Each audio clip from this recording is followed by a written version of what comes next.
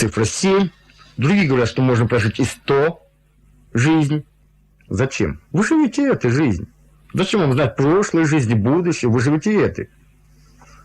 Если вы будете вспоминать слишком много о прошлом, вы не успеете сделать настоящего. Если нет настоящего, то не будет и будущего. Если вы будете знать все прошлое жизни, что это даст вам? Вы растеряетесь и не сможете уложить все это по полочкам, ибо мозг ваш все-таки физика, химия. И вы имеете... Скажите, если о реинкарнации говорят, какова дальнейшая судьба тех, кто закончил на Земле цикл инкарнации? Мы тут говорили вам о мирах, когда вы попадаете. Вспомните, мы говорили вам о богатстве. Если вы богаты, вы попадаете в мир не богатства и не нищеты, как вы считаете, противоположное, а в мир страха. Ибо здесь вами руководил страх потерять это богатство. Если вы всю жизнь прожили бестолково, в следующей жизни вы берете старт от прошлого и будете также начинать бестолково. И дай бог, если вы поймете это и будете жить далее как следует. От того, прожили вы хорошо или нет, праведно или нет, не зависит, будете вы на земле или нет. Здесь совершенно другие меры. Если вы были здесь грешником, это не значит, что вы попадете на другую планету, где более страшные физические муки.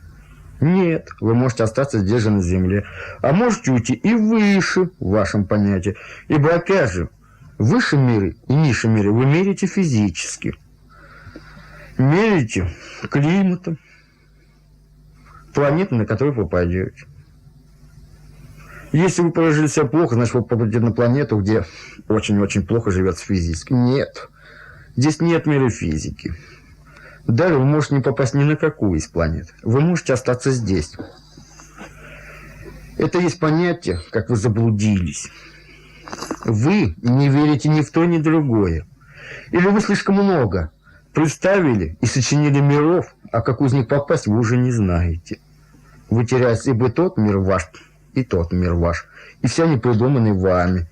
Истинный же мир, который был должен прийти к вам, вы не знали его. Вы только делали тем, что сочиняли другие миры. И потому вы можете прийти из один созданных вами миров. Или остаться на Земле, чтобы повторить все снова. Или уйти на другую планету, но не связанной с физикой. Ибо там меряют вас не вашими возможностями физическими, а вашими накопленными знаниями, вашей душой. Вот наш коллега из Екатеринбурга спрашивает, а сколько людей ждет очередных земных воплощений? Спрашивайте далее. Скажите, сколько инопланетных душ, подселенных после начала большого эксперимента, развивается в земных условиях? Мы когда-то говорили вам, что вы прошли 15 тысяч лет назад. Вы помните это? Да. А теперь возьмите, попробуйте, соедините, или хотя бы найдите, что было 15 тысяч лет назад. И тогда этот вопрос отпадет сам. Но появится множество других. Тогда будут задавать их. Сейчас мы можем сказать вам, что в вашем понятии инопланетянин что?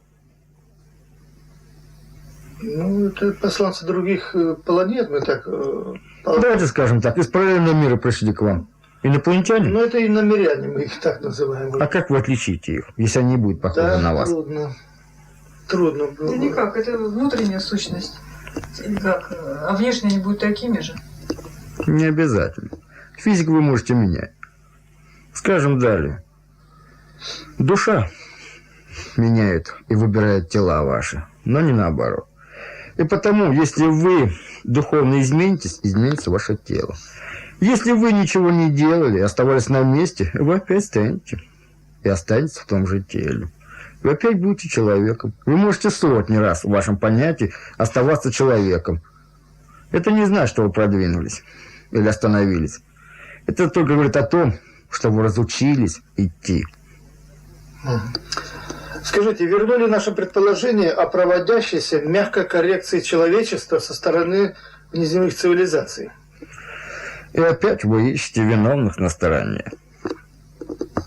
Мы ощущаем, что все-таки может быть воздействие, если мы неразумно себя ведем по отношению к природе? Или такого нет вообще? Мы сами себя наказываем. Давайте скажем так. Природа, да, может корректировать и делает это. К сожалению, вы пытаетесь сделать тоже с природой. Вам не хватает знаний, и тогда вам легче ее уничтожить. Что и занимаетесь вы. Далее, вы говорите о инопланетянах. Почему вы боитесь их так? Почему? Почему вы создали их? Для того, чтобы обвинить их? Или вы ищете птицу счастья, которую принесет вам? Ибо вы сами уже не хотите, и вам надоело искать его. И вы хотите уже помощи на стороне. Для этого вам нужны инопланетяне или Бог, или еще кто-то другой. Бог есть, но не будет вам давать счастья. Вы сами должны прийти к нему, вы сами должны его найти. Только и всего. Вы же приходите к Богу, ошибаете лбы в молитвах и просите «подари». Не дай, а подари. Не то, что заслужили, а просто хотите получить подачку. Бог же их не дает, а вы потом говорите: Бог не слышал моих молитв. Хорошо, если так. Чаще же нет Бога, ибо Он не слышит нас. Скажите, вот тут вопрос такой трудновато для... 1, 2, То есть, скажите, переводчик, может быть, требует перерыва по физиологическим данным? Давайте скажем так. Что делает ваше сознание, когда борствует? Когда бодрство? Она старается подчинить тело. Не обращая внимания, что телу что-то требуется другое или что-то иное. Иными словами, вы теряете здоровье, тем больше сейчас узнаете себя сознанием. Когда вы спите, происходит процесс очищения. Ибо сознание занято с нами, для чего и дано. Тело же справляет свои нужды, подлечивается. Ибо уже не дает ей кто-то поправок сверху. И она знает само, что делать. В данном случае переводчик ваш относительно тела спит. Хорошо, мы продолжаем. Да. Скажите, как часто люди злоупотребляют пользованием информационным полем Земли? А вы только живете тем, что пользуетесь полем Земли. Что мозг ваш? Только приемник, и не больше. Это естественный процесс. То есть мы, может быть, наоборот, не добираем по использованию полем Земли? А что было бы, если бы добирали? Вы уже сейчас умудряетесь делать духовные преступления. Уже сейчас вы уже заходите в иные миры с целью нажиться. Или что еще хуже. Хорошо. Скажите, переводчик резко оборвал сегодняшний сеанс. Чем это, на ваш взгляд, объясняется? Чем можно объяснить? Вы пожелаете, мы не уходили. Давайте скажем так. Переводчик спешит. То есть ему надо домой вообще-то? Нет. Мы ведем совсем не то. Переводчик спешит. Сказать. Спешит. Хочет опередить нас. Он пытается нарисовать свои картины. Мы не мешаем ему. Его картины тоже красивы, хотя чаще неверны.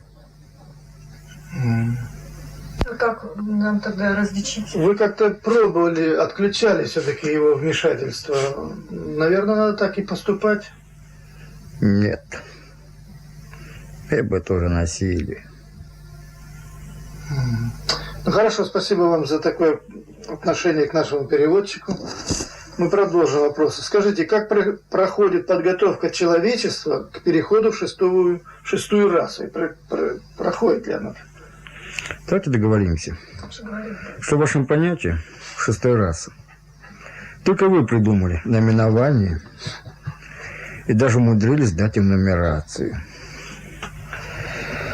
Каждый из вас, как вы говорите, ведет подготовку. Почему только в шестую? Если среди вас есть и первые, и вторые, и седьмые, если пользоваться вашей нумерологией. Среди вас есть те, которые не подлежат вообще никаким вашим понятиям, ни налогам. Ибо они пришли извне. И здесь в качестве гостей или кого-то, либо других. Каждый из вас готовится.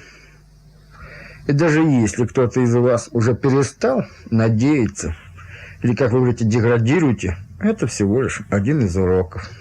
Только и всего. Ибо что такое жизнь? Это движение вперед.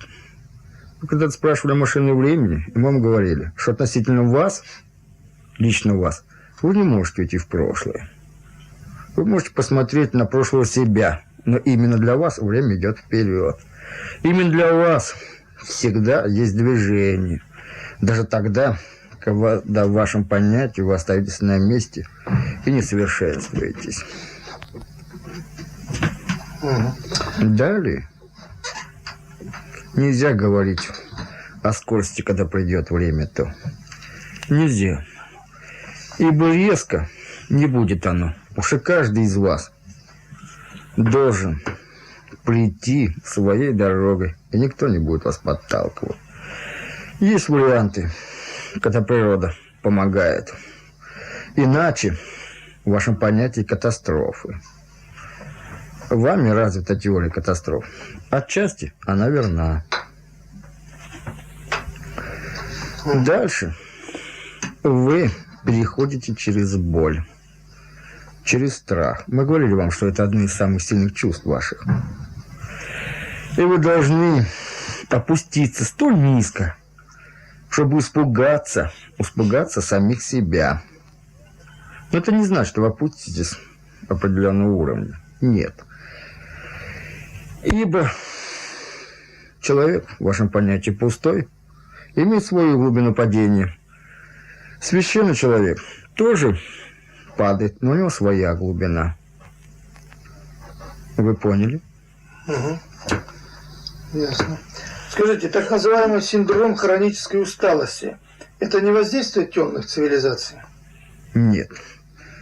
Это не умение пользоваться вашей энергией. Мы когда-то говорили вам, что значит умение. Хорошо. А вот последний вопрос.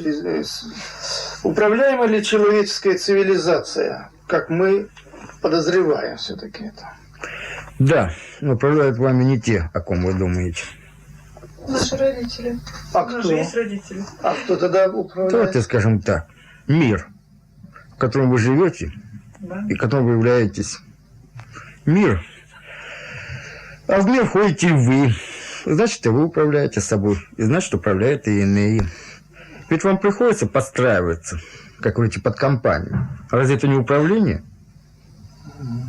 Вы хотите управление выше? А много ли вы слышите выше? Чаще вы заняты. Чаще вы в бегах. Вы работаете. Чаще вы боитесь остаться наедине с самим собой и посмотреть, что же вы натворили, что вы наработали. Зачем? Будет еще время. Вы боитесь старости, ибо опять плоть ваша. Вы боитесь молодости и мечтаете стать взрослым, ибо опять плоть ваша. Ребенок, мечтающий стать взрослым, вот что самое грустное. И старый человек, мечтающий стать младенцем, это тоже грусть. Хорошо. Вопросы нашего коллеги, которые он обозначил как общекосмические темы. И вот первый из них. Как понять утверждение о бесконечности Вселенной, но в то же время о конечной численности цивилизаций, что их якобы около 69 миллионов. Это получено по контактной информации. Давайте скажем так, что такое бесконечность? Что в вашем понятии бесконечность? Вселенная не знает бесконечности. Любая физика конечна. Мы говорили вам о том. Значит, и Вселенная ваша конечна. Если вы бьете по кругу, это не значит, что она бесконечна.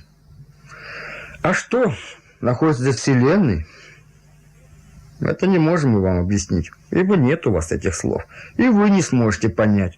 Если вы попадете туда, в вашем понятии, это и есть смерть. Ибо там нет вашей физики. Там совершенно иная вселенная, совершенно иное все. И потому вы не можете попасть туда. Вот вам понятие антиматерии. Выше понятие, а не в том, что представляете вы.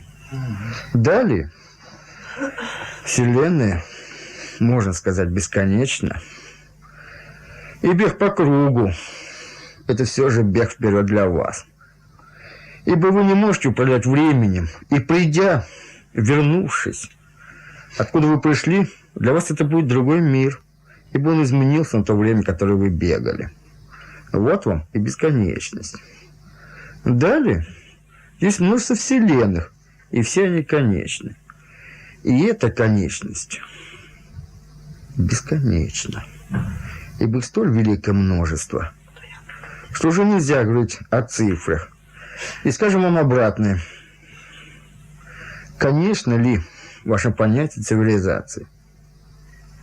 Как вы тогда совместите мир един, если вы уже разделили на цивилизации? Так и скажите, множество ли цивилизаций имеет вашу физику, именно вашу плоть? Или понятие, входящее в вас, инопланетяне? Спросите тогда так. Множество. И в конечной вселенной они, естественно, конечны. Но не обязательно 69 миллионов, да? Это дезинформация. Да поймите же вы, что даже у вас на Земле множество в вашем понятии инопланетян. Те же животные для вас инопланетяне. Каждый из вас для вас инопланетянин. Даже жена вам инопланетянин, вы не можете ее понять. Она устроена совершенно по-другому, у нее совершенно другие понятия о мире. Ну, давайте ее посчитаем тоже. И тоже время, можно сказать, что мир един. Вы же живете рядом с женой и рядом с другими животными. Не согласны? Разделите здесь бесконечность и конечность. Скажите, тогда, вот, допустим, человек, познавая мир, или как, открывая, или как можно задать такой вопрос, расширяет, будем говорить, свой круг действий, что ли, или как, жизни, или открывает для себя жизнь, и позная, допустим, всю Вселенную, став кем, я не знаю, кем можно стать, он, наверное, будет хотеть познать и другие Вселенные.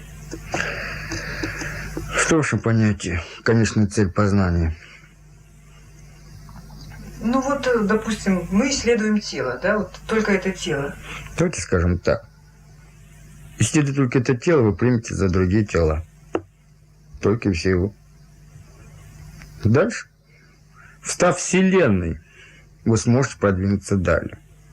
Когда вы станете самой Вселенной, вы поймете бесплодность попыток разделить мир, ибо вы уже Вселенная. И тогда вы уже можете назвать себя частицей космоса. И тогда вы уже будете пытаться познать космос, но не другие Вселенные. Ибо это уже будет насилие над другими. Хорошо. Скажите, разум – это постоянное и характерное свойство материи? А могут ли существовать материя без разума, а разум без материи? Определите термин «разум». Ибо здесь уже заключается ваша ошибка. Что в вашем понятии разум? Вы объявляете, животное обладает разумом. И тут же доказываете, что животное не обладает им. Вы говорите «человек», и тут же различаете человека от природы. Где ваш разум? Вы говорите «природа разумна», и тут же говорите «стихия». Где разум? Какого ваше понятие разума? Именно вашего? Тогда можно сказать, что вы единственный. Скажите, первичны ли от природы энергетические цивилизации, или они эволюционировали из плотно-телесных цивилизаций? И да, и Ваших, нет. например. Есть множество. И множество имеет разные пути. Но не обязательно ли стадия прохождения в плотном теле? Нет. Согласитесь, что свет, в вашем понятии, тонкая материя. Задавай. А скажите, вот вы говорите об истинном мире и иллюзорном, на придуманном человеке. А человек может отличить мир, который он придумал, и другие, допустим, которые он чувствует, и тот истинный мир, который создал Бог, будем так говорить, то есть ту истину, которую мы должны понять? Давайте скажем, что вы не живете в полностью иллюзорном мире. Вы видите истинные картины, но искажаете их через себя. Ну, скажите. И по-вашему, вы живете в иллюзорном мире. Относительно других, он может сказать, что вы живете в истинном. Ибо он будет видеть опять искаженное своим. Бог создал истинный мир. Но вы не помните его, вы не знаете его. И когда вы придете в него, вы опять будете говорить, что это иллюзорный мир. И действительно, к тому времени, когда вы придете, он действительно будет иллюзорен. Ибо все эволюционирует в вашем понятии. Поймите, Бог не остается на месте. Он также познает и себя. И потому мир, созданный вами, иллюзорен.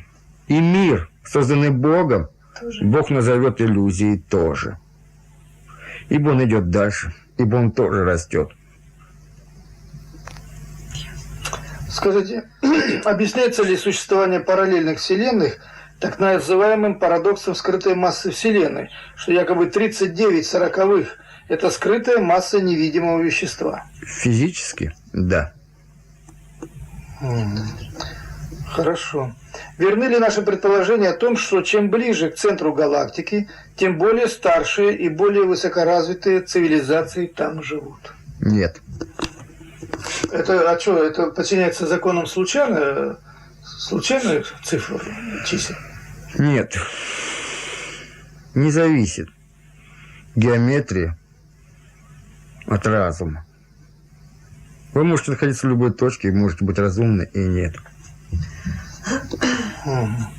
Скажите, верны ли наши догадки, что так называемые черные дыры и вспышки сверхновых звезд – это единое явление, масса энергетического обмена между параллельными вселенными? Нет. Мы ошибаемся тут, да? Давайте скажем так, что это червоточины, пронизывающие вашу Вселенную. И именно через эти червоточины вы можете увидеть космос. Все остальное – ваша Вселенная. Имеет понятие космос и Вселенная. В космосе есть множество вселенных. Вы же говорите наоборот. Или совмещаете Вселенную и космос вместе. Хотя тут же доказывается, что вселенных может быть много. И привозите множество примеров. У вас даже есть теории образования вселенных пузырьков. Ибо это пузырьки. Ну что ж, отчасти это верно. Это только отчасти. Ибо космос велик.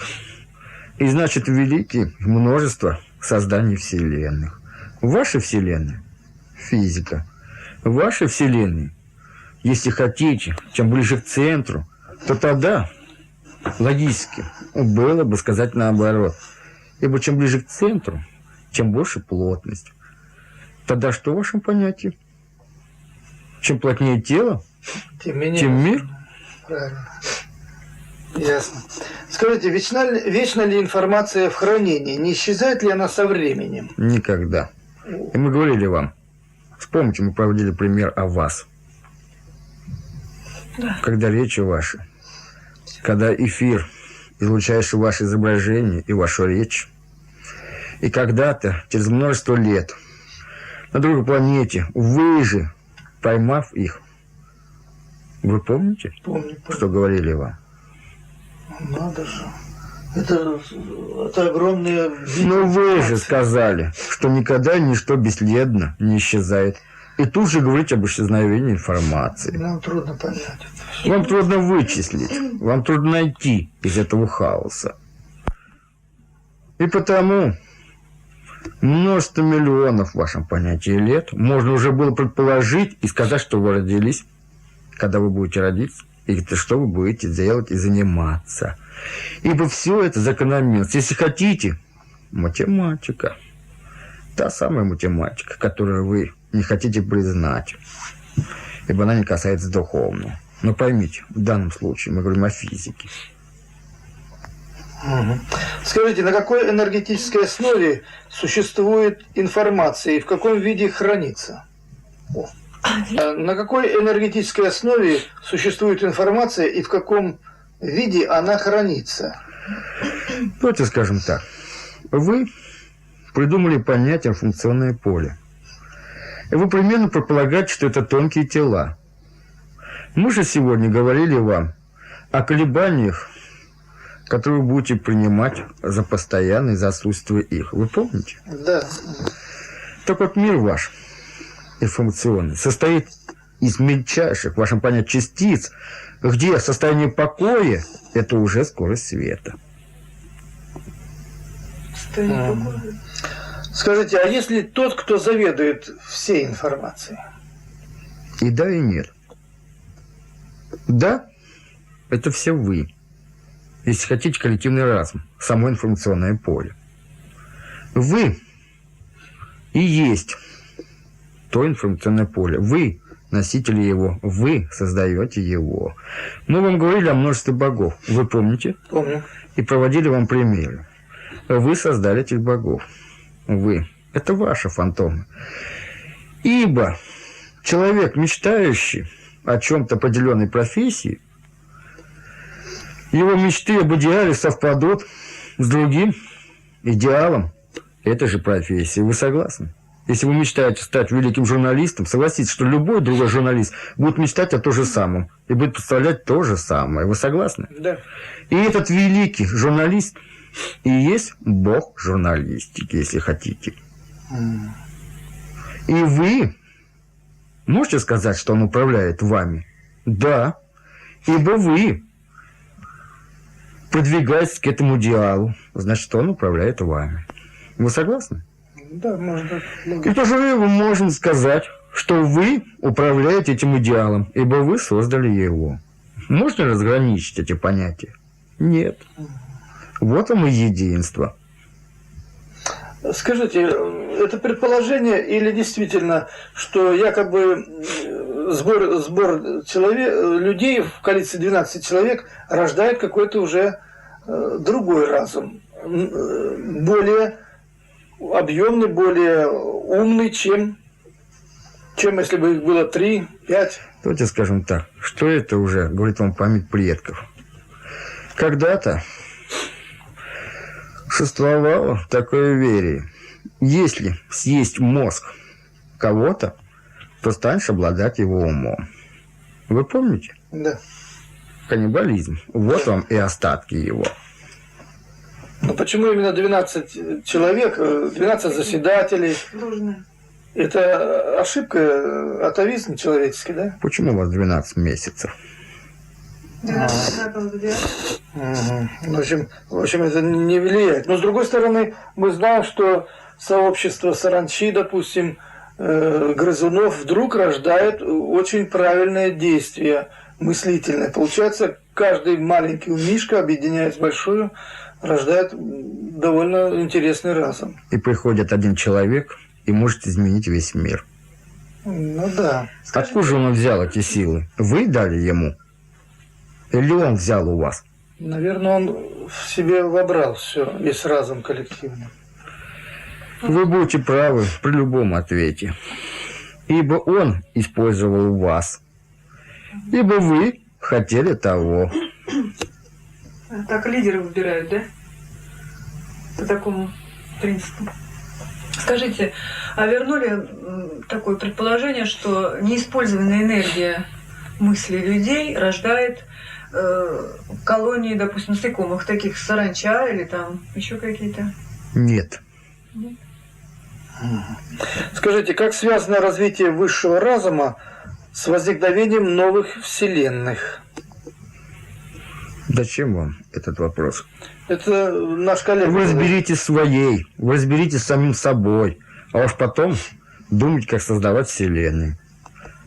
О каком высшем разуме говорите вы? Вы обладаете этим разумом, а толку? Мы не сказали бы, что мы обладаем. Мы обладаем, мы не умеем его Да, используем. КПД низкий. Хорошо. В процессе развития разумных существ постоянно происходит укрупнение их сообществ. Так ли это? Да. Вы же говорили только что о коллективизме. Угу. Хорошо. Какой объем материи в процентах перерабатывается и осваивается разумом в масштабах Вселенной? Именно Вселенной или только вашей Земли? Если Земли, Так. то Земля изменяется, скажем, мгновением. Если хотите в процентах, то пусть будет 100. Здесь нельзя разделить, или вы влияете на Землю, или Земля влияет на вас. Все это столь тесно связано, что нельзя говорить о разделениях. Согласитесь, экологическая катастрофа создана вами. Вы согласны?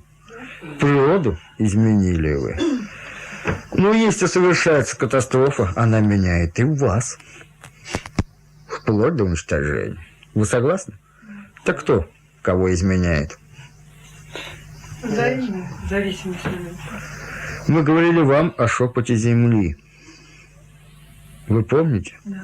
Мы говорили вам, что каждый из вас должен слышать этот шепот. И каждый из вас, если услышит его в вашем понятии физически, будет уничтожен. Духовно же вы никогда не покидали Землю.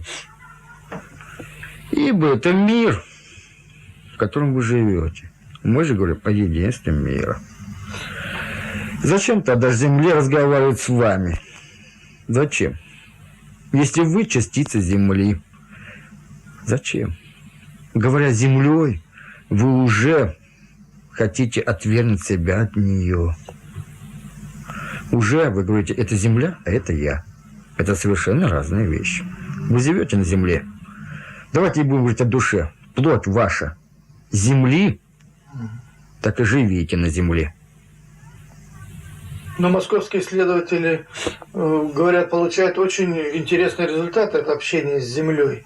И они моделируют новые ситуации и убеждаются, что Земля выполняет даже их просьбы. Как к этому отнестись? Это фантазия их? Это желание. Это желание. Первое. Второе. Это ваш фантом. Ваш фантом. Но нельзя назвать это ложью. Нельзя. Ибо это опять одно из иллюзий. И относительно себя нет лжи. Относительно постороннего это и ложь, и да. Ибо посторонний не может услышать шепота. И потом он будет сомневаться, будет обвинять вас во лжи.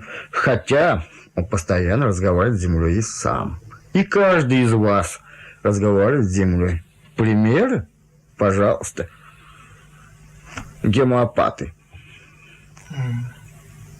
Ясно.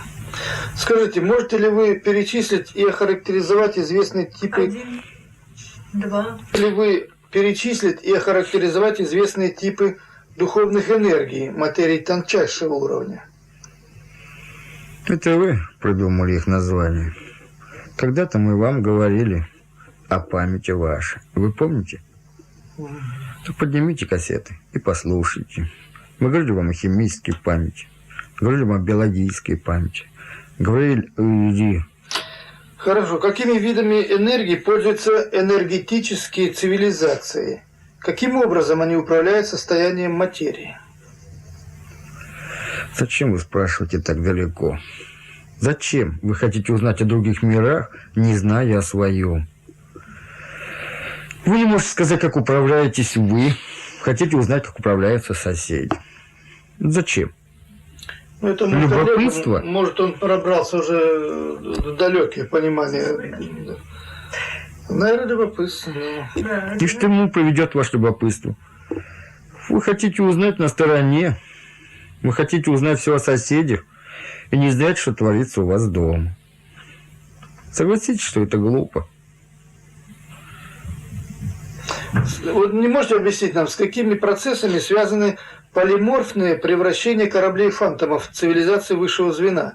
Это часто замечают, когда корабль вдруг превращается в диск, из него разбивается на сектора, и грушевидные, всякие разные. Это делаете и вы. Давайте представим так.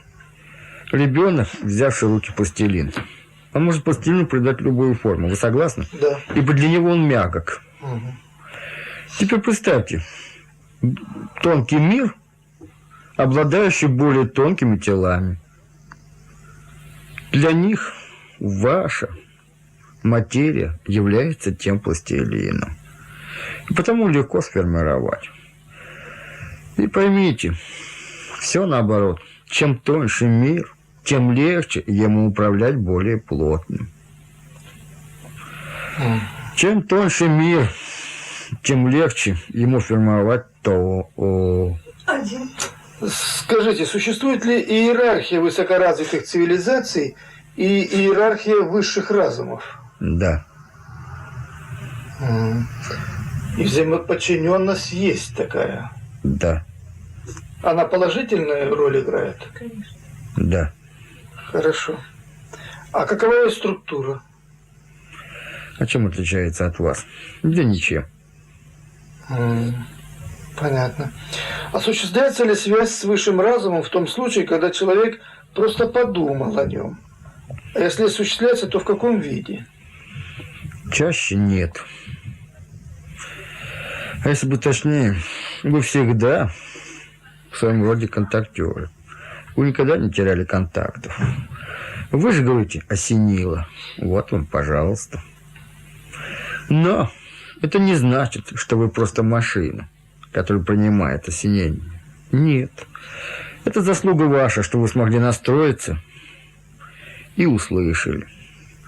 И потому хвала тем поэтам. Иначе без этих поправок вы скажете, что нет знаменитых людей. Ибо любой поэт – это всего лишь высшие силы надиктовали ему. Нет. Для того, чтобы услышать тот диктант, тоже нужны силы. И это тоже надо заработать. Какова скорость перемещения мысли в пространстве? Насколько порядков отличается от скорости света? Мы говорили вам и повторимся. Состояние покоя – это скорость света. А значит, есть и выше. Существует ли цивилизация, перемещающаяся со скоростью мысли? Что это за цивилизации? Множество. Столь огромная мощь, что вы даже не можете представить. Если говорить вашими числами, то нет еще вашего числа. Давайте скажем так. Ваши двойники. Те самые фантомы, которые создаете вы. Те самые образы, которые создаете вы. Не миры ли это? Тут нам трудно это все понять. Слишком новое для нас это. Это мир. Это мир. Скажите, каким образом разум может фокусироваться и проникать в микромир, изучать строение атома? Если... Проникать. Вот если вы были бы разумом, действительно разумом, вам не надо было бы никуда проникать, ибо вы уже были бы везде. Вы есть везде, но не можете осознать того. И чем отличается микромир от макро? Чем? Так, каким образом осуществляется телепортация плотнотелесных индивидов, представителей цивилизации первого типа? То есть Вы уже материальность... задавали такие вопросы. Да? Ну ладно. Скажите, а можно вот мысленно задать вопрос вам, и вы мне можете, но не мне любому ответить? Попробуем. Можно, но нежелательно это сделать всегда. Вы должны были бы заметить, что иногда мы делаем то. Да. Но это зависит от переводчика. Ибо вы, каждый из вас, а мы говорили и повторим, есть контактеры. Каждый из вас живет в едином мире, и каждый из вас ощущает его. Лишь только сознание ставит границы. Мы говорим вам, сознание спит. А когда Но оно сознание- же спит. Она спит. И все равно охраняет. Охраняет каждого из вас. Вы же можете проснуться, если у вас будет. Вы согласны? Да. Далее. Есть, когда сознание мертво. Вы это называете твердыми телами. Когда нет сознания в камне. Сознание мертво, но относительно вас. Вы в камне тоже есть жизнь. И он тоже мечтает, он тоже хочет, он тоже ищет. Но вашим понятием он мертв. Для высших миров ваше знание тоже мертво, как и мертв камень для вас. Поэтому многие высшие не могут видеть вас. Да, они понимают и допускают, что вы живы, что сознание ваше живо, как вы допускаете, что камень жив. Вы согласны? Да. Что все является независимо, выше, низшее. Ибо относительно каждой точки можно так заметить высшие и низшие. Те же высшие, как вы считаете, тоже говорят о низших и высших.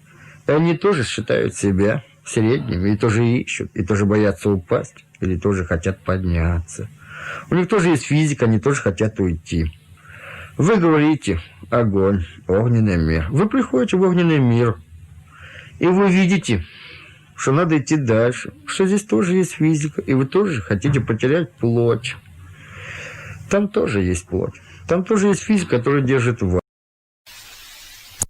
Все. Вы должны помнить.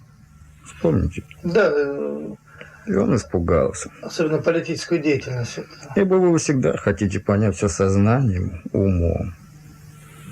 И не хотите применять чувства. А если применяете, то в основном страх. Ибо он самый сильный у вас. Страх и жадность. Да. Ну хорошо, мы тогда задаем вопросы нашего коллеги. Я заранее извиняюсь, если что-то есть повторяющееся. Вот его интересует, каков процент жителей Земли, по вашему мнению, которые реально оценивают сегодняшнее состояние человечества и в целом самой Земли?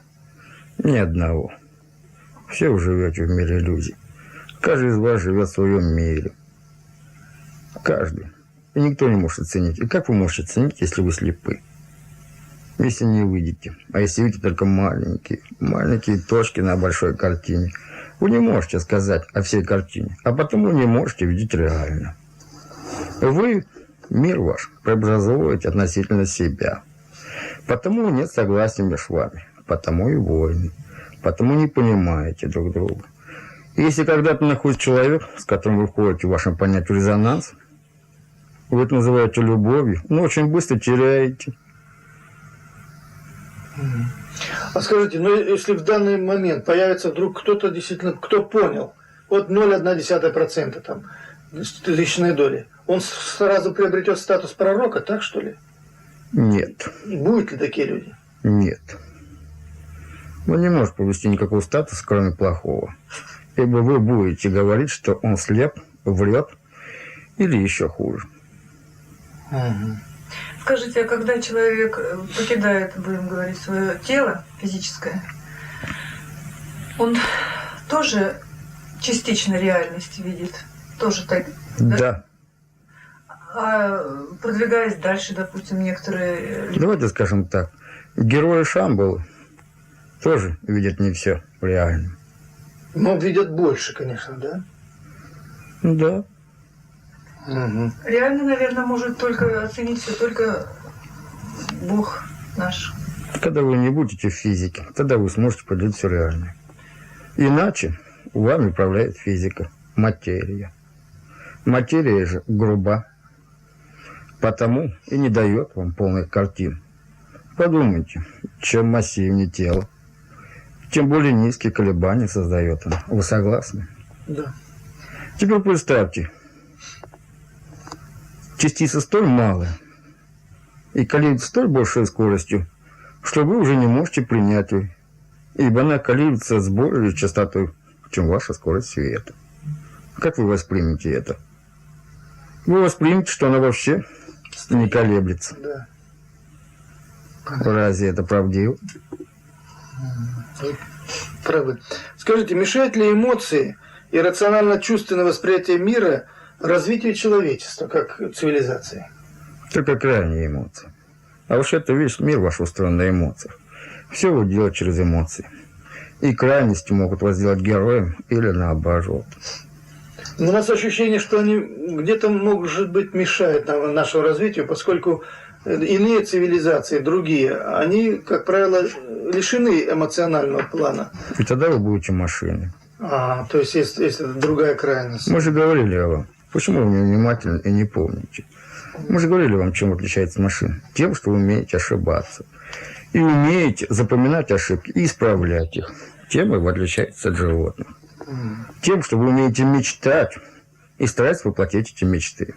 Беда только в том, что мечты ваши в детстве честнее и чище, чем сейчас. И идеал ваш непостоянен, ибо меняется относительно вашего образования и. Один. А скажите, как человеку преодолеть страх перед неизвестным? Как преодолеть страх? Да. Уйти от страха. Что для этого нужно? Страх. Чтобы испугаться этого же страха. Только так вы сможете. Только так, а никакого особого вида кодирования там нету? Это всего лишь установка, если хотите. У вас делают машины, роботы. Если вам приходит открываемый третий глаз, вы становитесь всего лишь машиной, придаткой открывающего. И что увидит этот глаз? Только то, что вы захотите, и не больше. А скажите, может быть, для развития общества хорошего, целеустремленного дальше, только бесстрастие и холодный ум нужны? Вы повторяетесь. Но нам кажется, что это действительно обедняет человечество. Ну, хорошо, мы повторяемся. Тогда откуда, по вашему мнению, в человеке возникло агрессивное мировосприятие? Страх. Тоже все страх и желание поработить, да? Страх и жадность основаны на страхе. Только не подумайте, что мир у вас состоит только из страха и жадности. Нет. У вас есть множество прекрасных эмоций. Но вы забываете о них. И когда они просыпаются у вас, вы пугаетесь, не сошел ли я с ума. И стараетесь вернуться на прежнее место. То бишь опять бояться. То есть опять не выделяться. А скажите, можно ли считать источником жестокости современного общества суровые условия борьбы за существование в первобытном обществе? Нет. Это всего лишь только ваше оправдание. Но оно же бы реально было, действительно. Тогда хорошо. Есть же множество детей, которые воспитывались в прекрасных семьях. И что? Они были прекрасны? Не всегда. Значит, выходит, что человек сам, в общем-то, творец собственной жизни, будем говорить. И вот что сейчас происходит, это то, что мы натворили в прошлом, по всей видимости. Только вы. И больше никто. Все остальное лишь оправдание. А скажите, был ли жизненной необходимостью культ оружия, провозглашаемый людьми во всю свою историю? Для вас – да. Ибо вами руководит страх. Страх быть побежденным, страх быть последним. И страх быть первым тоже. И потому вам легче защищаться. Если не хватает мозгов, применяется сила. Ну так это что, до скончания человеческой цивилизации будет? Войны и... Когда вы станете человеком, вы все это забросите. Ну, мы вроде уже человеки. Не похоже. Не похоже? Да. Можно ли постичь энергии природы, развиваясь только духовно, на чем вы, в принципе, настаиваете? А вы только и должны это делать. Можете ли вы постичь природу инструментом? Можете ли вы познать землю, копая ее экскаватор? Но мы же ряд энергий все-таки добились именно не духовным, а материалистическим развитием. А почему нет, это не материалистическое? Всего лишь только ряд. А если быть точнее, всего лишь только маленькие кусочки, которые губят вас. Ибо вы отрываете их, несмотря и не видя тех дырок, что натворили вы. И вы стараетесь забить их.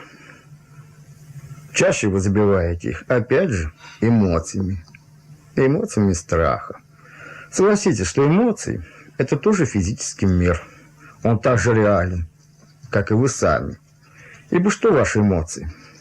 Это изменение вашей химии. Вы согласны? Да, ну, слушай. И тогда любой физик и химик скажет вам, что да, вы не замкнутая система. И потому мир эмоций тоже ваша физика.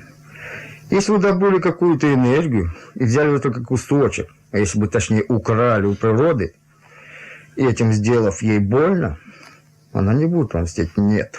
Она будет стараться залатать эту дыру. И тогда уж, простите, виноваты вы. Но вы опять же обвините не себя, а других. Нечистый попутал или что-то еще. Если к вам приходит нечистый, вы же виноваты. Кто же еще? Но не слишком ли природа действительно гуманна, если она так не старается залатать дыры, а не дать по рукам человеку? Вы говорите о гуманности? Ну, Вы даже не знаете, что это такое, говорите о гуманности. Вы чувствуете своими измеряете природу. Неужели вы думаете, что природа имеет те же самые эмоции, что и вы? Скажите, переводчик, в общем-то, с некоторой иронией сказал о герое Шамбала. Это связано его личных отношениях, так сказать. Зачем же? Нет? Просто ирония. Мы говорим вам, что никто не может видеть реальность. Никто. Пока находитесь в физике. Астральные тела ваши тоже физика. Каким бы она тонким ни было, это все же физика. И физика ваша земная. Ну, и ментальный мир ведь тоже, наверное, физика. Давайте скажем так. Вы говорите, огненный мир. Что огонь? Огонь это тоже материя. Только более тонкая и все. И потом здесь нет иронии. Печаль в том, что вы не видите дали. Мечты ваши слишком малы.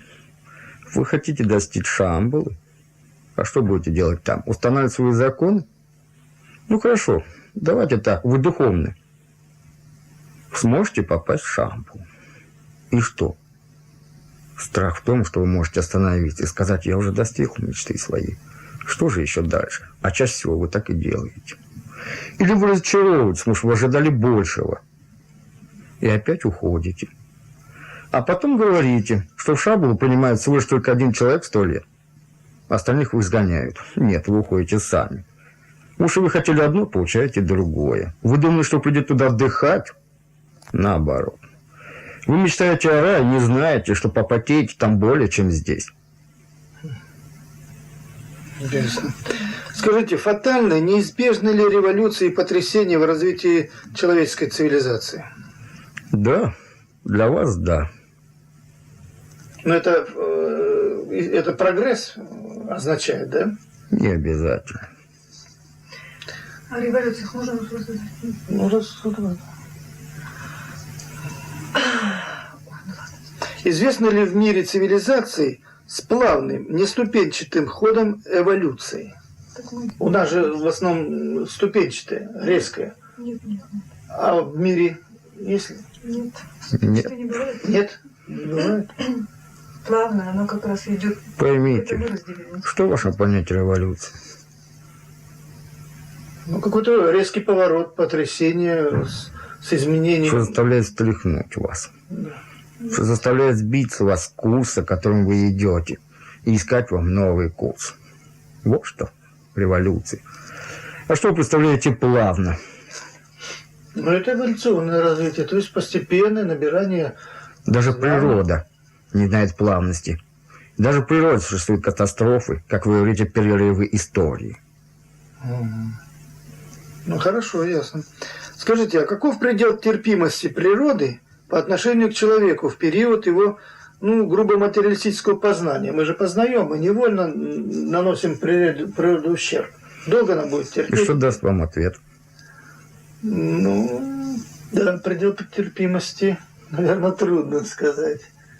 Да, мы уже на пределе, по-моему. На пределе мы, да? Спрашивайте далее. Так, хорошо. Наступил ли этот предел? Спрашивайте далее. Можно ли утверждать, что на Земле начались неотвратимые процессы деградации биосферы? Прекрасно. Опять виноваты кто-то, но не вы. Нет, через нас, нашу деятельность, мы не снимаем с себя этого. Это необратимый процесс или все-таки еще можно что-то поправить? Поймите, вы боитесь что? Смерти? Физической или духовной? Это Поймите, Люди боятся. вы привыкли находить в своем теле. И любая его потеря или хотя бы травма причиняет вам боль. И заметьте, боль духовную. Почему? Что такое духовный мир? И как можно прийти в него? Все зависит от вас. Духовный мир есть не только чист. Есть множество, в вашем понятии, уровней и грязного, и чистого. И какой уровень попадете вы, зависит чисто от вас. И если вы считаете, что плоть ваша – это жизнь ваша, соответственно, в духовный мир вы придете, где будет только боль. И не более. Но если же вы скажете, я не боюсь боли, и будете сжигать себя, что уже делали неоднократно, и куда вы придете? В мир боли. Все туда же. И будете говорить, что вы духовно выросли. Нет, вы упали. Ибо вы насилуете себя. А значит, и природа, что создала ваши плоти. Вот вам уважение природы. Вот вам и терпение ее. Скажите, восполнима ли утрата живого мира Земли для космоса, если такое произойдет? И да, и нет. Скажите, а когда наступает период пролая, то есть вот исчезает физический мир? Давайте скажем, перерыв истории. Ваш термин. Истории? Ну, пусть, да, пусть будет. Но вы же разделили доисторический мир, исторический. И основывается он у вас всего лишь только на умении писать. Нет. То есть древним миром вы считаете мир, где не было писания. Нет, я не... Далее.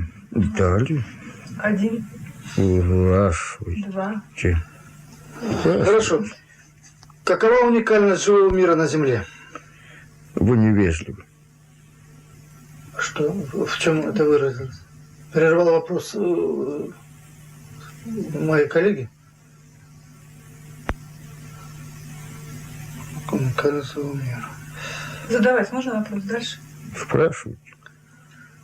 Какие преобладают связи на Земле между живыми существами? Фагиальные или симбионтные? Мы когда-то говорили вам о единстве мира, а вы спрашиваете о связях. А по терминам нельзя разделить все-таки, чего больше, Это фагиальные? придумано вами. Мы говорили вам о едином, вы тут же размежевываете. Мы говорим вам, что вы никогда не были отделены от природы, вы тоже придумали множество тел. Называете их фильмами, дали им уровни. Интересно, как вы только распределяли это. Мы же говорим вам, что мир един. А вы? А значит, Ну, просто. нет связи. Ибо нет их названий, ибо их множество. А вы же хотите разделить. Вы опять хотите распилить все на кусочки и разбросать. Вы уже когда-то это сделали и погибли. Не пошел вам урок впрок. Скажите, а если вам переводчику задать вопрос по-английски или на другом языке, он сможет ответить? Мы говорили вам, что мы находимся, вашим термином, всего лишь только в мире его эмоций. Мы не имеем права входить в него. Хотя мы можем сделать то. Но тогда это уже будет не переводчик, а, как вы говорите, зомби. И тогда он сможет сделать все. Это Все, что вы хотите. Все, что вы пожелаете. Это сделаем мы через него. Но что это даст? Нет. И тогда контакты ваши, как вы говорите, приведут к печальным последствиям. Вами сказано. Нет, мы это не хотим. Вы не знаете, что такое неудача в контактах. Практически вы всегда разговаривали. Да. Вы согласны? Согласен. Причина? Причина в том, что мы не хотим пугать ни вас, ни его. Для того мы должны пойти собеседником, но не в него. Потом мы говорим вам беседа. Мы же всего лишь советуем, если хотите, подсказываем, но не имеем права указывать. Мы такие же ищущие, как вы. Это первое. Второе. Мир ваш не наш. И потому мы здесь гости и многое не знаем. И делаем множество ошибок, как это было в прошлый раз. В прошлой жизни, когда вы помнили все. Больше мы не хотим повторяться. Мы не хотим ошибаться. Мы не хотим тревожить вас. Мы не хотим прерывать в вашем понятии контакт. Потому что это зависит только от вас. И потому, да, теоретически он может отвечать и разговаривать на любом языке. Но чаще мы стараемся использовать словарный запас. Запас, который не заставляет напрягать в вашем понятии его мозги. Потому и говорим вам, не применяя терминов, не говоря имен и чисел. Скажите, значит, если бывают такие, ну, будем говорить опять, контакты или медиумы, есть некоторые, которые там спиритические сеансы проводят, если они вот начинают разговаривать на других языках или что-то там применять, какие-то действительно термины, которые не свойственны, допустим, в жизни этого человека, то, значит, это можно говорить об одержании, нет? Нет, это говорит о том, что с вашего же мира говорят с вами. Мы же пришли из другого. И мы же говорили вам, что мы инородны для вас.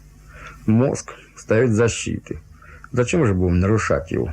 Зачем мы будем пугать его? Те же, которые могут войти в ваше понятие глубже, не обязательно держимы. Просто говорят из вашего же мира, в вашем понятии из параллельности или еще откуда-то. Но все с вашего мира, с вашей физики. Мы же создаем только реакцию. Мы не можем изменить что-либо в вас и в вашем мире. Мы можем только изменить относительно медиума. Но тогда это, мы говорили вам, вмешательство. Скажите, а когда-нибудь может наступить такой момент, когда ну, мы же едины, вы сами говорили об этом, ну, то соединимся, что ли, или как? То есть... Когда вы осознаете, что вы едины, тогда это пока вы говорите, что я знаю, да, мы едины, и что из того, что вы знаете? Только знаем, да? Выходит так. Тогда не нужны будут контакты. Да. Тогда вы будете знать и видеть все. Сейчас же вы страх, неверие. Вы же не верите ни во что. Вы пытаетесь только, вы только обманываете себя, что вы верите. Если бы вы верили, вы бы сделали. Когда-то один из вас ложился. И что из того? Неверие. Что помешало? Неверие? Неверие. Только это. А если моя... Вы говорите сомнения. Да. Вы знаете, мне сон приснился, что вот, в общем, такая ситуация, приблизительно мне предлагали войти в такое же состояние. Ну, у тебя получилось во сне? Я не помню. Может быть, у коллеги попробовать? Когда-то. Пробуйте. Мы же говорили вам, что мы никогда не уходили. И ваше понятие контакт – это просто умение переводчика услышать нас. А скажите, а в сознании он может нас, в общем-то, не обязательно входить в это состояние? Мы же говорили о единстве мира. Можете, но вы не верите в эту И возможность. переводчики не верят? Да. Первое. Второе. Вы слишком загружены в вашем понятии, вы так заняты, что вам некогда. Дальше. Дальше сознание ваше не хочет. Ибо она хочет главенствовать миром. Ваше сознание. Потом вы делаете множество ошибок. И сознание... Скажите, один. Скажите, вот а вера вообще, вот много о вере говорится и в религиозных кругах, и везде. Вера, вот вера. А вот что такое вера? Вот как принять, что... Мы бы рады добиться веры. Сейчас вот нам мешает это неверие. глубокое приятие, я не знаю, как это действительно. Вера – это когда вы чувствуете о вашей мечте, когда вы можете воплотить ее, когда вы можете создать, хотя это грубо, ну давайте скажем фантом, и можете его увидеть и почувствовать его, и пережить вместе с ним все события. Вот тогда можно сказать о вере. Это все приблизительно. Или фантом – это такое грубое слово, а вы любите его так часто применять. А более тонкие есть слова, но мы же не знаем, терминология у нас очень видна. Терминология ваша останавливает вас. Ибо каждое слово имеет в вашем понятии жесткие объяснения. И дальше этих объяснений вы не можете уйти. Говоря о чем-то, вы уже создаете программу, словесную программу. И дальше ее вы не можете шагнуть. Дети не знающие смысла слов ваших, потому и более легко контактируемы, и более не знают ограничений. Вы же всю жизнь учили, что можно и что нельзя. Вы всю жизнь использовали слова в строгих определениях. И сейчас вам не хватает их, и вы ищете новые. Сочинить лень, чтобы подходили. Вам легче взять с других языков. А скажите, вот есть мнение, что преобладание симбиозов – это именно обязательное условие для возникновения человека разумного. Так ли это? Нет. А что тогда для разумности человека помогло? Что? Что такое разум? Можете ли вы найти клетки, отвечающие за разум? Да, не знаем. Нет. Мы боимся, что это, я полагаю, что это надсознание какое-то. Давайте скажем так. Вы даже вошли в тайны природы, называемые Один. слов. Даже слово, содержащее имя, уже останавливает. Скажите, есть у человека имя, ну, будем, или как вибрация называется, которая вот присуща его душе? Да, у вас два имени. Имя, которым вы пользуетесь всю жизнь, но оно не действительно. Временное. Имя, которое носит каждый из вас. И вы, только вы знаете это имя, но не можете произнести его, ибо нет перевода на ваш язык. И это имя говорит о многое о вас. То же имя, что носите вы или что даются вам в церквях, всего лишь только грубый перевод. Подобие. Да, оно тоже имеет значение. По нему тоже можно поделить, кто вы, ваши наклонности, ваши болезни, ваше будущее. Но это всего лишь приблизительно, что-то около да вокруг. Настоящее имя не произнесет никто. Ибо не может этого сделать, ибо он тогда, принеся его, откроется так, что каждый может войти в него.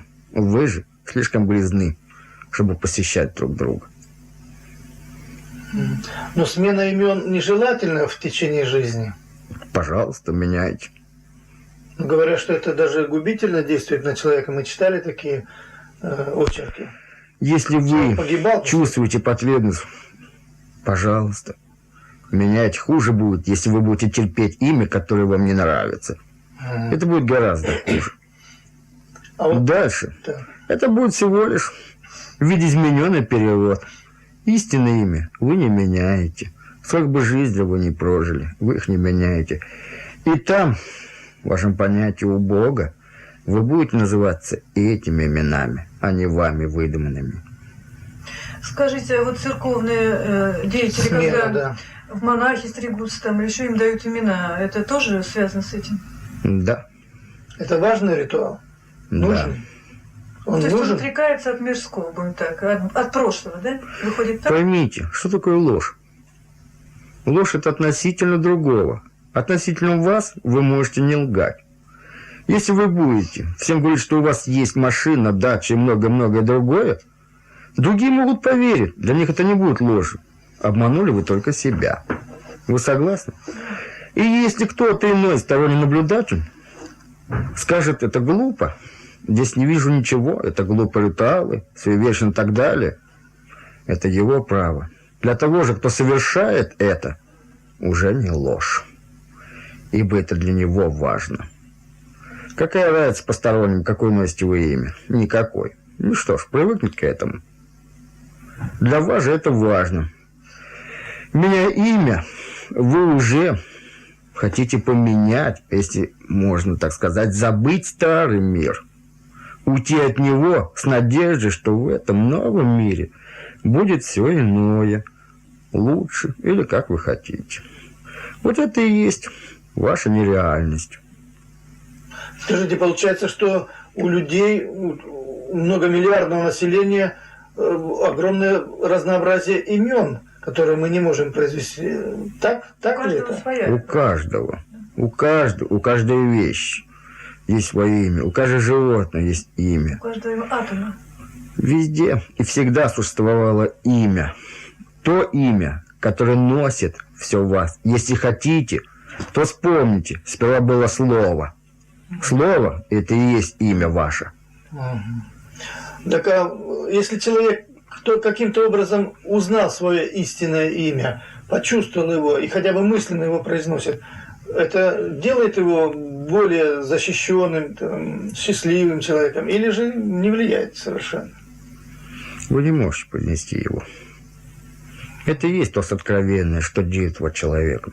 Это и есть то сокровенное, что вы ищете, что вы хотите понять, что такое разум и что такое жизнь. Вы можете создать многое, но ни один из вас еще не создал жизнь. Та же самая простейшая. Ибо он не знает имен и не может и не умеет их давать. А вы в прошлом контакте... Спрашивайте. На прошлом контакте вы говорите, что в Библии сказано, что Адам нарек именам животных. Было такое? Да. А это говорит... Получается, не Бог? Это выходит, человек создал животных? Давайте скажем так. Бог Адам дал вам душу Так. и дал вам знания. Бог дал вам жизнь. Остальное вам подарила природа. Дальше. Ребенок в утробе знает имя свое, ибо он еще не умеет говорить вашим языком, ибо он еще не придумал и не услышал ваших слов. Потому в утробе он знает имя свое, и потому он может родиться. И с первым криком он теряет множество знаний. С первой улыбкой он научится любить, но забудет прошлое. Ибо тогда он научился бы и ненавидеть. Проходит 40 дней в вашем понятии. Ребенок забывает практически все. И он пытается принести имя, перевести его на этот язык. Но он не может этого сделать. Не может. Вы же называете это криком. Вы же это называете... Один. Несущие молчание 5 и более лет. Они не хотят говорить, ибо они не хотят с первым словом потерять последние частицы знаний. И молчат. Это где-то Но особое? приходит время, и не приходится говорить. Об особенности тогда вспомните ваших знаменитостей. Многие из них начинали говорить, ходить достаточно поздно. Это интересное замечание. То есть к таким детям следует как-то особо присматриваться, прислушиваться, да? Надо прислушаться ко всем детям, а вы избираете.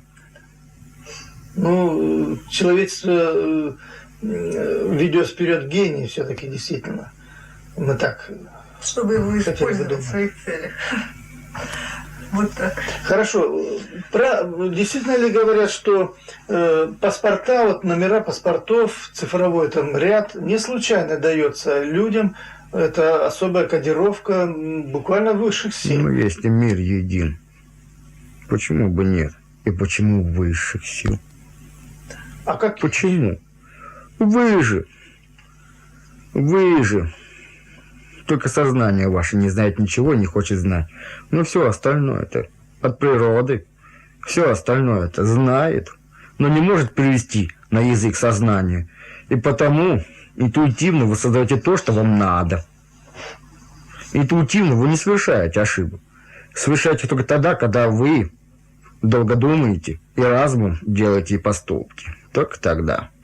Самое первое случайно произнесенное слово, не впопад, это и есть истинное слово. Все остальное уже выдуманное вами, подстроенное под данной ситуации. Вы говорите о цифрах. Да, в вашем мире одна математика, и вы уже говорили об этом. Да, вы подчиняетесь математике. И пока вы физически, вы будете подчиняться математике. И если вы слишком глубоко принимаете к сердцу номер вашего телефона и считаете, что он влияет на вас, простите, он будет влиять, ибо вы настроились на это. Но ведь известный афганский математик по номеру паспорта, по серии определяет буквально судьбу и назначение человека. Как он это ухитряется? У него есть формулы выведения. Он прав или это шарлатанство? Давайте скажем так. Вы родились, вам присваивают номер, чтобы потерять вас. Помимо бурки вы существуете еще и в журнале. Но вы, младенец, не знаете того номера. Повлияет ли он на вас? Нет. Не думаю, что повлияет. Вот и ответ вам. Так афганские ученые паспортом очень сильно оперируют. Это буквально для него... Но раз мы первое. отрицаем того, мы говорим вам, что вы настраиваетесь на эти цифры. Простите, если бы была возможность у вас получить паспорт намного раньше, был бы совершенно другой номер. Вы согласны? Конечно. Что здесь уже все взаимосвязано. Если вы родились именно такого числа, то уже можно вычислить, какого числа вы получите паспорт, какого примерно будет его номер.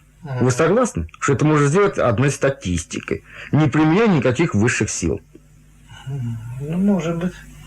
А если я продиктую номер своего паспорта, можете вы что-либо сказать обо мне? Видите, как все интересно. Вы не знаете себя, спрашиваете у других. Человек познай себя. То есть не стоит паспорт диктовать? Почему же? Пожалуйста, задавайте, А вот мы ответим. попробуем. Но поймите же, вы должны знать прежде себя. Вот я задаю номер паспорта переводчику и не спрашиваю дату своей смерти, а спрашиваю хотя бы много лет я проживу или не очень много. Согласитесь, что это просто одна из уловок обмануть нас. Ну, думайте так, но мне любопытно узнать, много мне еще предстоит жить, могу я что-то создать творчески и так далее, или надо поторопиться. Вот у меня номер 3, РК 707-862. Это что-нибудь говорит переводчику или вам? У вас есть понятие такое цифрология. Вы помните? Да, и мы никак не можем вам курс вопросов задать. Это очень хотелось бы. Когда-то мы говорили вам о цифрах. Когда-то даже переводчик пытался сделать это один. Давайте начнем так. А вы уже сами определите, кто вы и как долго и чего. Итак, цифра 1. Это начало счета. Вы согласны? Да. Это значит, что начало рождения. И значит, начало физики. Далее цифра 2. Это говорит о том, что физика не может существовать бездушевно. Есть понятие дух. Энергия. Цифра 2 отвечает за энергию. Цифра 3 это значит, что это не слепая энергия. Если хотите, это энергия, несущая жизнь. В вашем понятии растения, животные, но не человек. Цифра 4. 4. 1. 4. 1. 2. 5. 4. Это желание найти середину. То есть цифра обмана. Ибо вы хотите найти самый легкий путь. Ни туда, ни сюда. Пристроиться. Вот вам цифра 5. Цифра 6. Это, если хотите, умение обманывать себя так прекрасно, что даже сами себя можете обмануть. Потому цифра 6 вам не нравится нигде. Цифра 7, когда в конце концов вам надоедает обман, и вы стараетесь найти истину. Цифра 8, вы находите истину. Есть два варианта. Или вы разочаровываетесь и возвращаетесь. Или идете вперед. Хорошо, если вы идете вперед. Тогда цифру 9 вы пропускаете. И вы попадаете сразу на цифру 10. В вашем понятии, что такое 10? Это начало нового счета. Ну, давайте вернемся к 8, 9. 8. Мы говорили вам, когда вы наконец-то прозреваете, когда вы пытаетесь уже сделать первые шаги, но вам не хватает уже времени, вам уже не хватает энергии, ибо чаще всего цифра 8 обозначает старость, физическую старость. Вы же чаще всего физическую старость применяете старость за свою, окончание жизни. Потом мы говорили вам, что цифра 7 может решать. И цифра 8. 1, 3.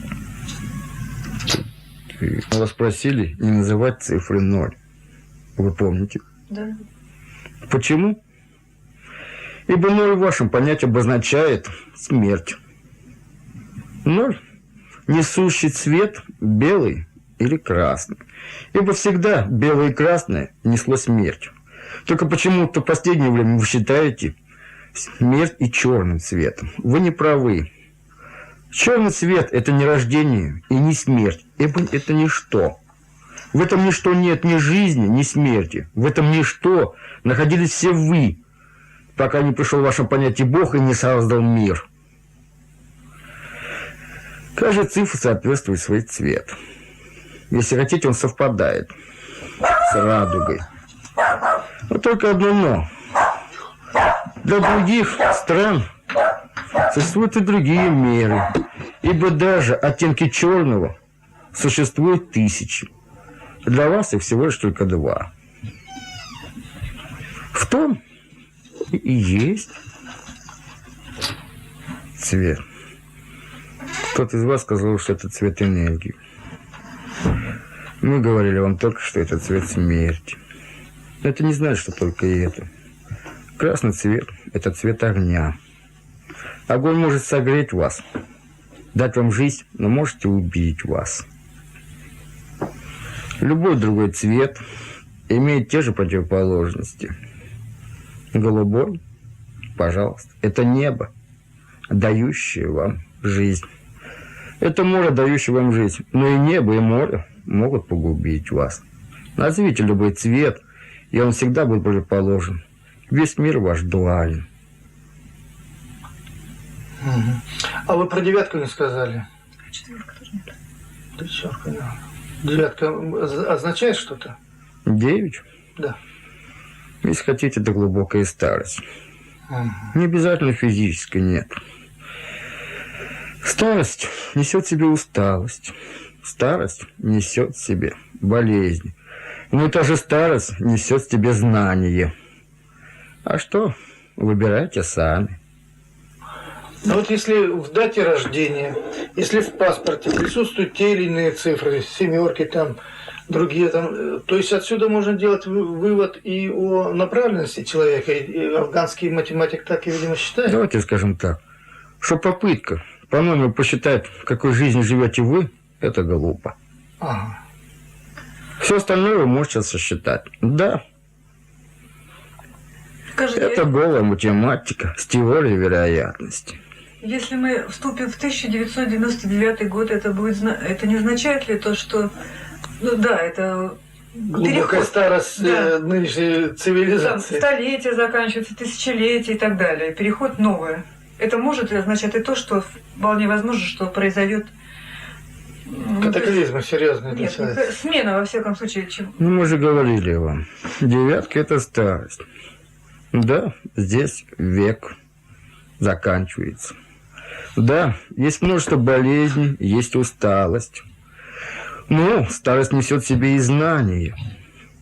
А что изберете вы, все зависит от вас. Поймите, далее идет в вашем понятии цифра 10. Это рождение, это новое рождение. И если вы прожили все эти ваши цифры пустые, и в вашем понятии пришли к 9 пустыми, то 10 рождение, но тоже будет пустое. Ибо вы пришли к нему пустыми, пустое родите. Все зависит от вас. Только никогда не обвиняйте цифры. Цифры выбираете вы. И мы проводили вам на примере статистики.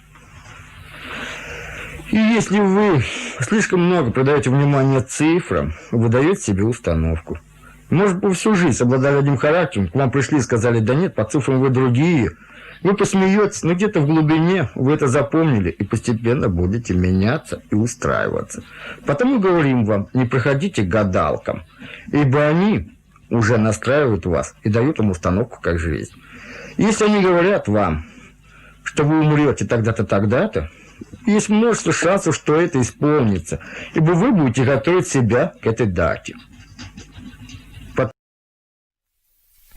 В вашем понятии в конечную точку, хотя ее не существует, вам нужно избавиться от всех материй, а значит избавиться от энергии.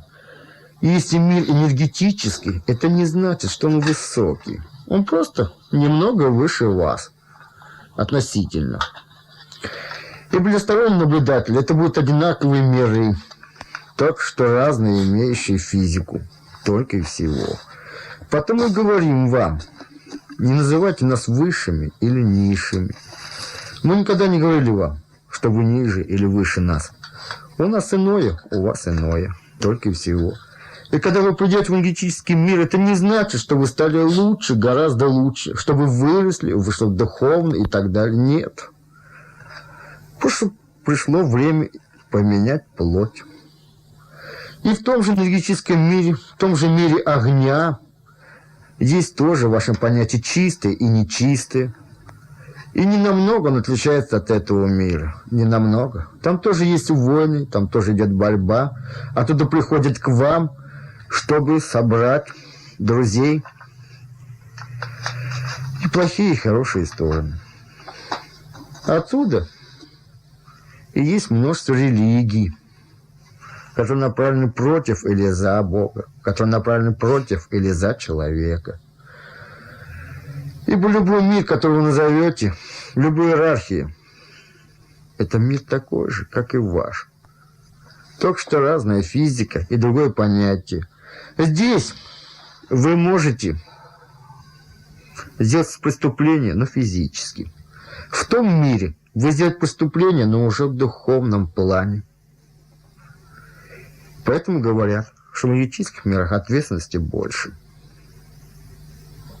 Ребенок, совершивший что-то, разве его обвинят в преступлении?